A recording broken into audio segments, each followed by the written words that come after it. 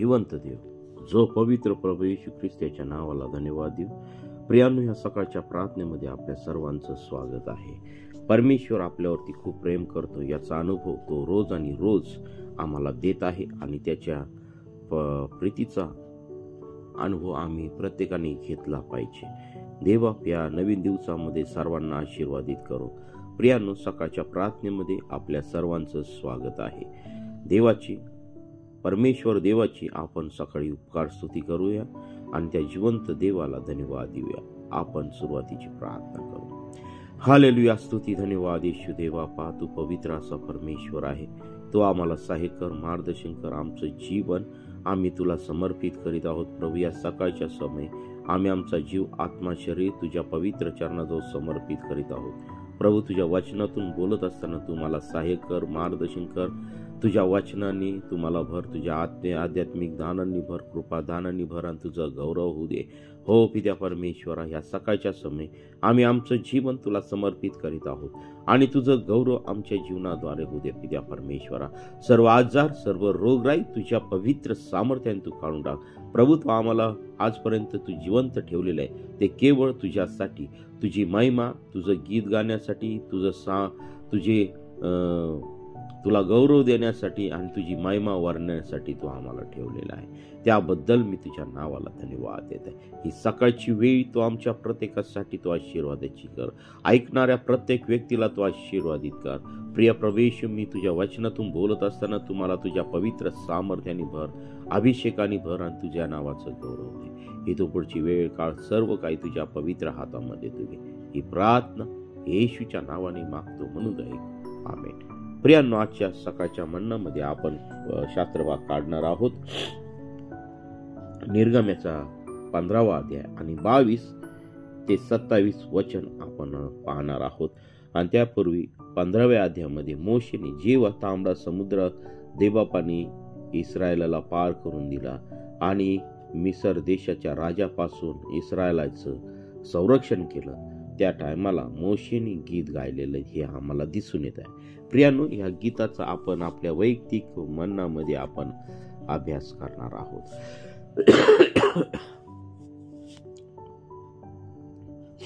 आणि 22व्या वचनामध्ये आम्ही आल्यानंतर इथं मारा येथील कडू पाणी आम्हाला दिसत आहे. आणि मग इस्रायल लोकांनी समुद्र पार केल्यानंतर मोशेने इस्रायल लोकांना तांबड्या समुद्रापासून पुढे नेले आणि ते शूर नावाच्या रानात जाऊन पोहोचले. त्या रानातून 3 दिवस कूच करीत असता त्यांना पाणी कोठे मिळाना. मग मारा नावाच्या एका ठिकाणी ते आले. तिथले पाणी फार कडू असल्यामुळे त्यांना ते पिऊ येना, म्हणून त्या जागेचे नाव मारा पडले. तेव्हा आम्ही काय करावे मग असे म्हणून त्यांनी मोशे जवळ कुरकुर केली. बघा, ह्या ठिकाणी इस्रायल लोकांच्या संगती परमेश्वर होता, इस्रायल लोकांच्या संगती देव होता. आणि पहा, देवाने त्यांना ह्या मिसर देशातून एकदम सुरक्षितरित्या त्या मिसर देशातून बाहेर काढलं. स्वतः परमेश्वर देव त्यांच्या संगती होता.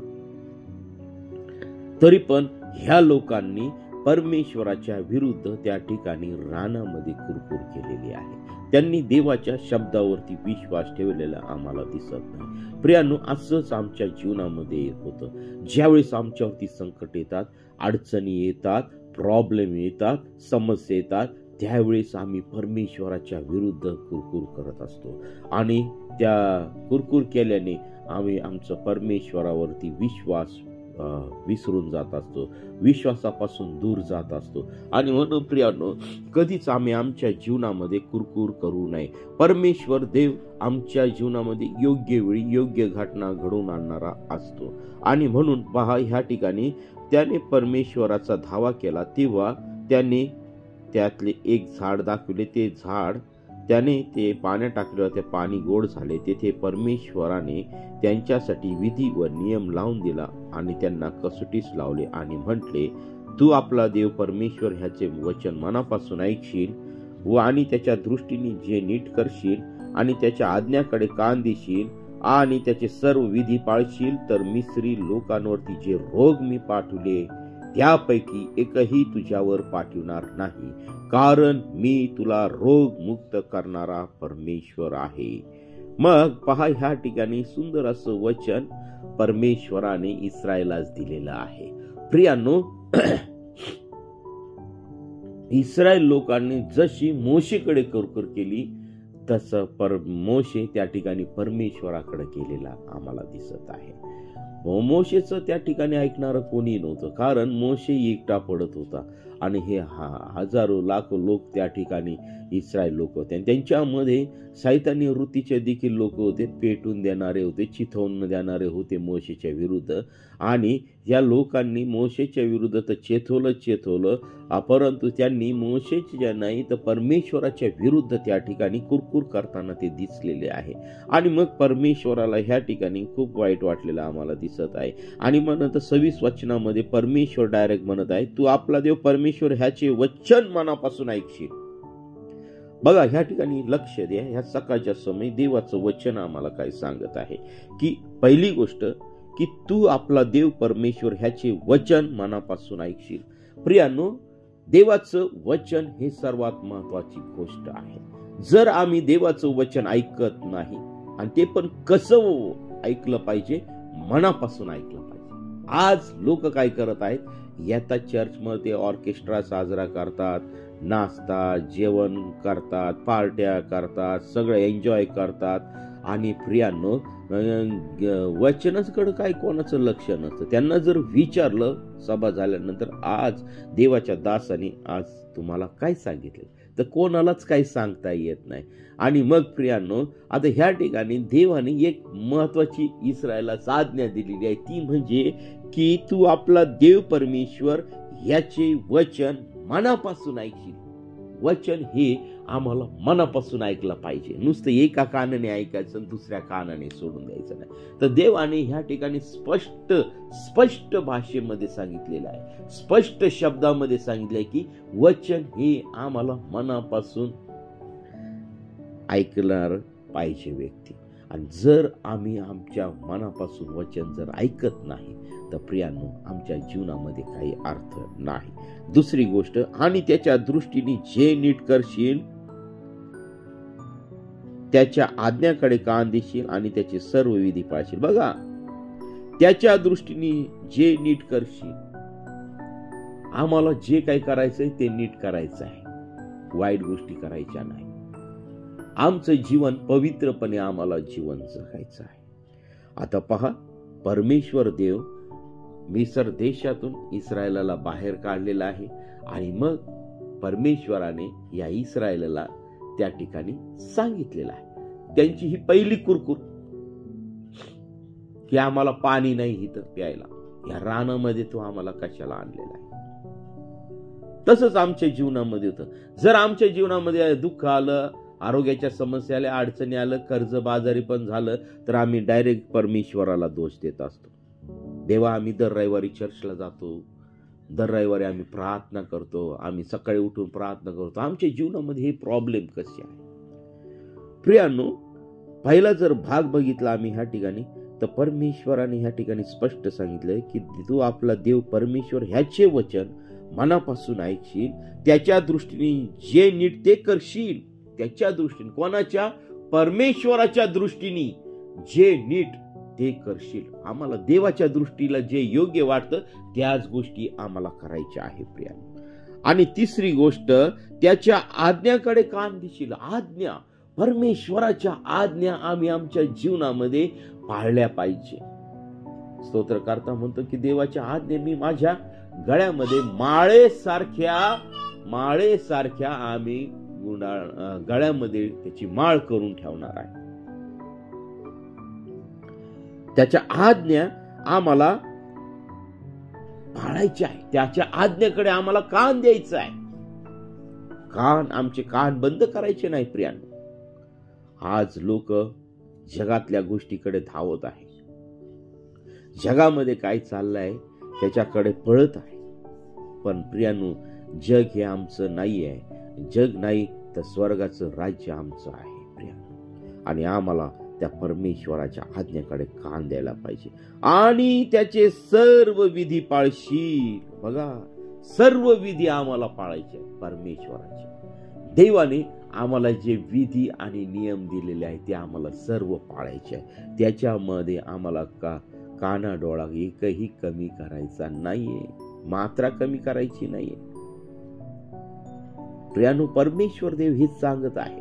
नुसते आशीर्वादच आम्हाला पाहिजे, आम्हाला नुसतं सुखच पाहिजे तर नाही प्रियानो, नाही. आम्हाला संकटातून जावं लागेल, आम्हाला दुःखातून जावं लागेल, आम्हाला आजारपणातून जावं लागेल, आम्हाला वेगवेगळ्या समस्येतून जावं लागेल. आणि मग त्या समस्येतून जर आम्ही गेलो नाही तर आमचा परमेश्वर कसा हे आम्हाला समजेल का? कारण त्या सर्व गोष्टीतून बाहेर काढणारा आमचा जिवंत देव यहोवा राफा, यहोवा परमेश्वर तोच देव आहे. आणि प्रभू येशू ख्रिस्त, त्याचा पुत्र प्रभू येशू ख्रिस्त, तो आम्हाला ह्या सर्व गोष्टीतून बाहेर काढणारा परमेश्वर आहे. पाळशील तर मिस्री लोकांवर जे रोग मी पाठवले आहे त्यापैकी एकही तुझ्यावर पाठवणार नाही. बघा, प्रेज द लॉर्ड. कारण मी तुला रोगमुक्त करणारा परमेश्वर आहे. हालेलुया. हे खूप सुंदर असं वचन आहे. कारण मी तुला रोगमुक्त करणारा परमेश्वर आहे. हो, कोणताही रोग असू द्या, तो पापाचा रोग असू द्या, शारीरिक रोग असू द्या, आत्मिक रोग असू द्या, या सर्व रोगातून मुक्त करणारा परमेश्वर देव आमच्या संगती आहे. फक्त त्याची इच्छा आहे, त्यांनी जे आम्हाला पहिल्या गोष्टी सांगितल्या त्या सर्व गोष्टी आमच्या जीवनामध्ये पाहिजे.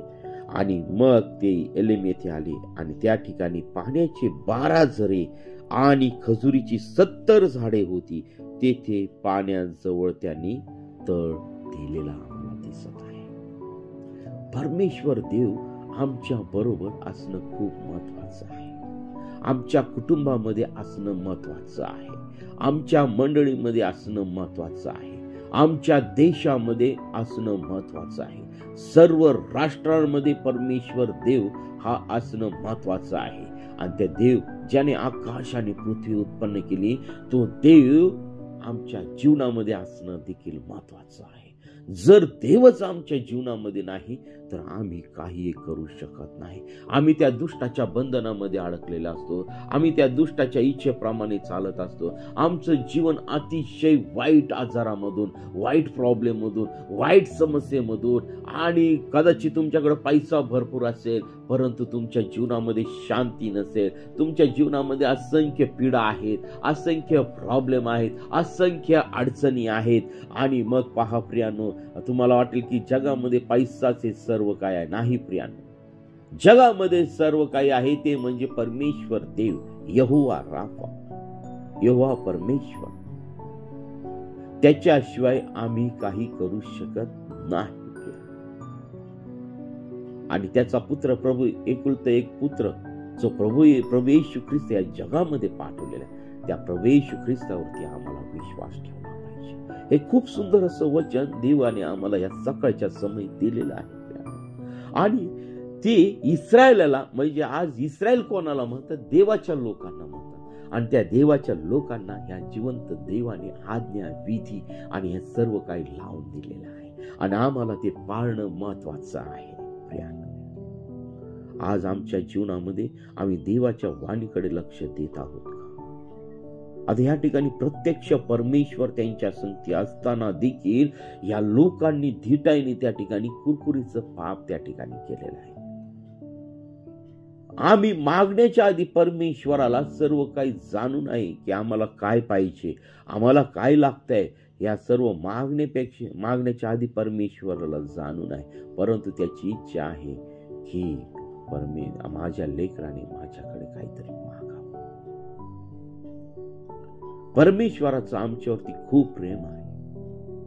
आणि म्हणून प्रियांनो, या सकाळच्या समय आम्ही आमचं जीवन देऊया आणि 26 वचन जे आहे ते आम्ही पाठ करून ठेवणार आहोत. तू आपला देव परमेश्वर ह्याचे वचन मनापासून ऐकशील आणि त्याच्या दृष्टीने जे नीट ते करशील आणि त्याच्या आज्ञेकडे कान देशील आणि त्याचे सर्व विधी पाळशील, तर मिस्री लोकांवर जे रोग मी पाठविले त्यापैकी एकही तुझ्यावर पाठवणार नाही.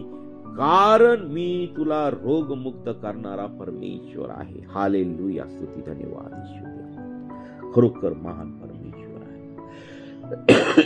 आज परमेश्वर तुमच्याशी बोलत आहे की तो रोगमुक्त करणारा परमेश्वर आहे. आणि जर परमेश्वर आम्हाला हे अभिवचन देत आहे, मग कोणताही आजार असू द्या, आध्यात्मिक आजार असू द्या, शारीरिक आजार असू द्या, त्यातून बाहेर काढायला आमचा देव समर्थ आहे. प्रियांनो,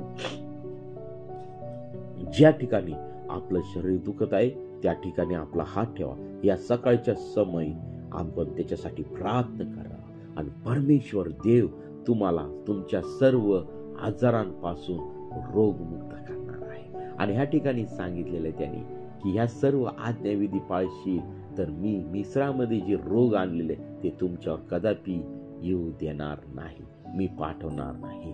माझ्या आज्ञा पाळल्या तर, माझ्या वचनाकडे लक्ष देशील तर, आणि परमेश्वराच्या दृष्टीने जे नीट ते करायचं आम्हाला, ते आम्ही सर्व केलं पाहिजे. आणि मग प्रियांनो, तर चला आज आपण त्या परमेश्वराच्या जवळ जाऊया. आणि प्रियांनो, माझी कळकळीची नम्र विनंती, जे कुणी हे वचन ऐकत आहे त्या परमेश्वराला तो परमेश्वर आज तुम्हाला आरोग्य देणार आहे. ज्या ठिकाणी आपला भाग दुखत आहे त्या ठिकाणी तुम्ही तुमचा उजवा हात ठेवा.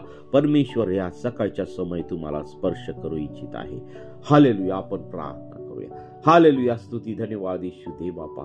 पुन्हा एकदा आम्ही तुझ्याजवळ प्रार्थना करत आहोत. प्रभू, तुझ्या वचनामध्ये तू म्हटलेलं आहे की मी रोग मुक्त करणारा परमेश्वर आहे. हे दे बापा, आम्हाला देखील प्रिय प्रभू, आमच्या प्रत्येकाच्या जीवनामध्ये जे आजार आहेत ते सर्व आजार या सकाळच्या समय तुझ्या पवित्र सामर्थ्याने तू काढून टाक. ओ पित्या परमेश्वरा, तू रोगमुक्त करणारा परमेश्वर आहे, राजांचा राजा आहे, प्रभूंचा प्रभू आहे. प्रभू, ऐकणाऱ्या प्रत्येक व्यक्तीला तुझ्या सामर्थ्याचा अनुभव देत आहे. प्रत्येक व्यक्तीला तू रोगमुक्त करत आहे. प्रत्येक कुटुंबामधले सर्व आजार निघून जात आहे. सर्व सैतानी बंधन तुझ्या पवित्र सामर्थ्याने तुटल्या जात आहे. सर्व आजाराचे बंधन डासूर येशूच्या नावामध्ये तुटल्या जात आहे. हो हालेलुया. स्तुती, धन्यवाद येशू दे बापा. आमच्या जीवनातील निराशा निघून जात आहे. आमच्या जीवनातील सर्व संकट निघून जात आहे. आमच्या जीवनातील सर्व कर्ज बाजारी पण निघून जात आहे. आमच्या जीवनातील सर्व जॉबचे प्रॉब्लेम निघून जात आहे. आमच्या जीवनातील सर्व वैवाहिक समस्या, कौटुंबिक समस्या निघून जात आहे. प्रभू, आमच्या जीवनामध्ये प्रार्थना न करू देणारा दुरात्मा निघून जात आहे. हालेलुया. स्तुती, धन्यवाद येशू दे बापा. प्रभू, या सकाळच्या समयी तुझ्या पवित्र सामर्थ्याचा तू स्पर्श कर आणि तुझा अभिषेक उतरून दे. प्रत्येकाला तू आपल्या खिळलेल्या हाताचा तू स्पर्श करत आहे, त्याबद्दल मी तुझ्या नावाला धन्यवाद देत आहे. प्रभू, तू आमची प्रार्थना ऐकलीस त्याबद्दल मी तुझ्या नावाला धन्यवाद देते. ही प्रार्थना येशूच्या नावाने मागतो म्हणून ऐक. आमेन, आमेन, आमेन. प्रियांनो, आपल्याला जर प्रार्थनेची गरज आहे तर 9730301668 या क्रमांकावरती संपर्क करा. आम्ही आपल्यासाठी प्रार्थना करत आहोत. आमेन, आमेन, आमेन, आमेन. परमेश्वर आपल्या संगती राहो. आमेन, आमेन.